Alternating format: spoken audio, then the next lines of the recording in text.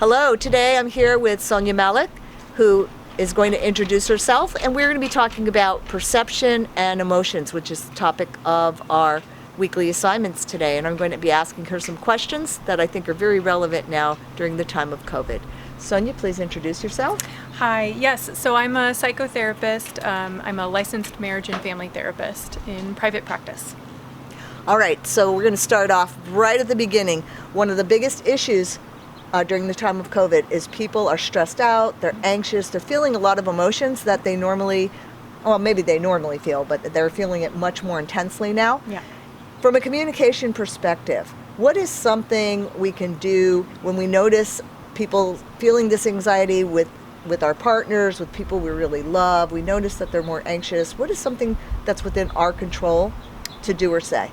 So depending on the relationship will probably determine how you want to approach this person. If it's a spouse, for example, you can gently approach them and say that I've noticed that you seem a little bit down, or does something seem a little different for you lately?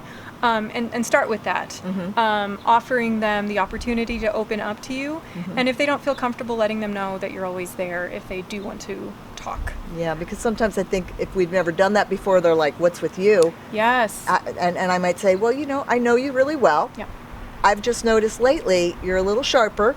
You respond a little differently than you normally do to me, and I'm finding it uncomfortable. Right. So I just thought maybe we could talk about it and find out a little bit more what's going on. And you bring up a good point, because let's say the two of you are not kind of comfortable talking about feelings, and right. You can approach it even from a more body-based, physical-based kind of perspective. So saying like, it seems like you're a little bit more, you're less active lately, or I've noticed that maybe you've been eating a little bit less. Am I off here? And that can start to open the door.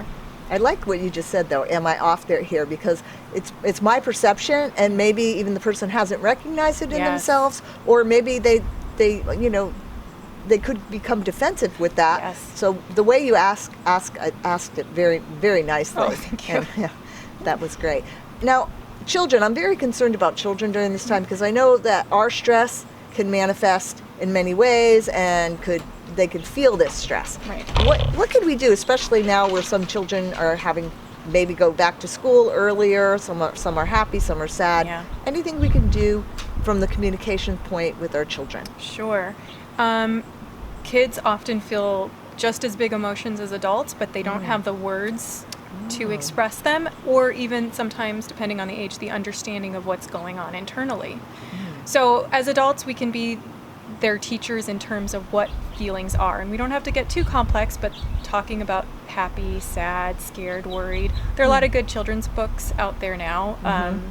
Do you recommend a doll, or another object like a dog or a cat, to say this dog is feeling scared or something? Absolutely, that's a great way. Role playing or puppeting different animals, like this doggy's feeling scared because he has to go to school and he has to wear a mask, right?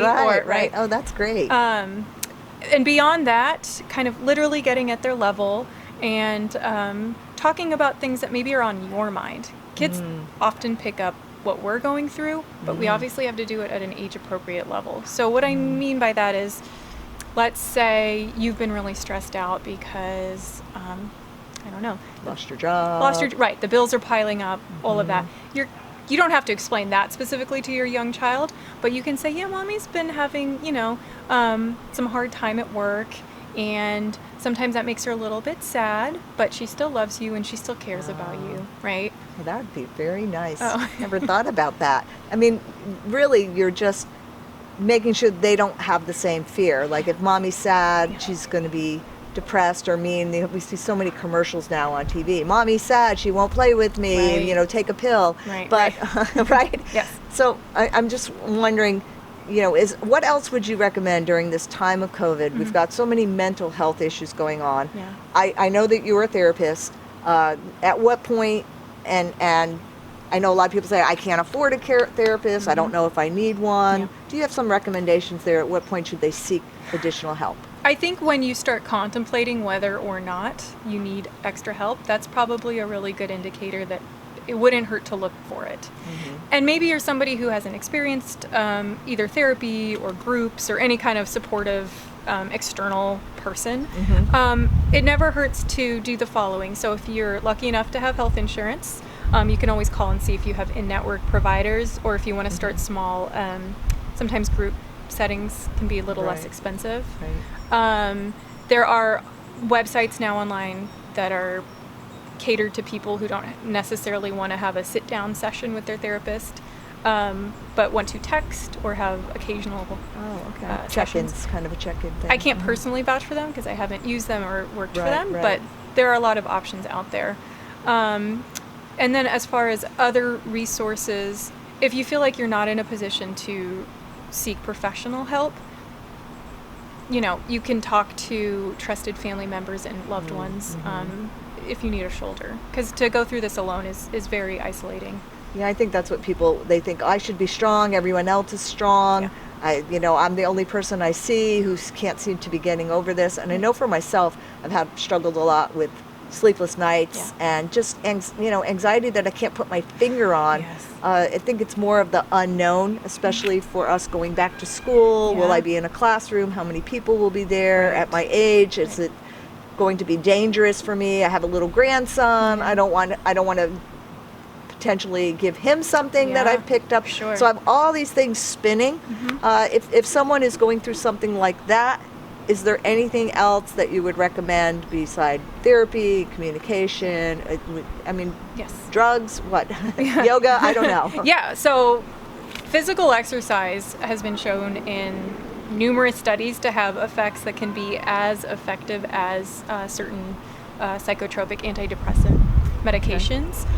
So that can be anything from just 30 minutes of a walk in your neighborhood, yoga, any kind of body movement, kind of pick what speaks to you or Maybe try different things out. Aromatherapy. Oh, that can music. work. There's so many things. There's that. Journaling, reading, watching comforting TV shows, taking some time out for yourself. Self-care is a very popular term right now, but it is more important than ever from my perspective. Like baths and absolutely saunas or whatever you can do, just meditation even. Right. I personally love being in nature. I think that's really great. If that's not your thing or you don't have access to the great wilderness, you can do what you have within the walls of your home. Yeah, and we're outside today, and it's beautiful. It is. We just come outside. How many of us stay inside all day long and we never come out and see the beauty? That's just our backyard. Right, exactly. So thank you very much. Is there anything else, one last thought you might have for people who are struggling with emotions at this time, something that you would like to say to them, a message of hope or something they should know as we wrap up?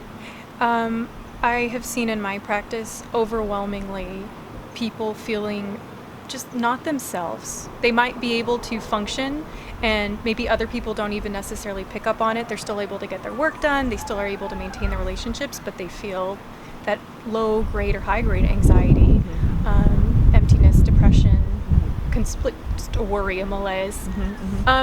That's very normal in this very uncertain time. Try not to ignore it. When you start to notice that, try to be proactive about how you care for yourself. Because you can kind of go down into that depression and maybe self-harm as far as drinking or drugs or something of that sort, where we're looking for a way to feel better. Yeah, exactly. Okay. Yeah. Well, thank you so much. And if someone wanted to get in touch with you, is there a website or is there something, anything you could recommend? Yes, you can reach me via my website. It's The Valley Counseling, all one word, thevalleycounseling.com. All right. Great. So thank you very much for this session, and I hope it helps. I hope it helps all of you out there during this time of COVID. All right.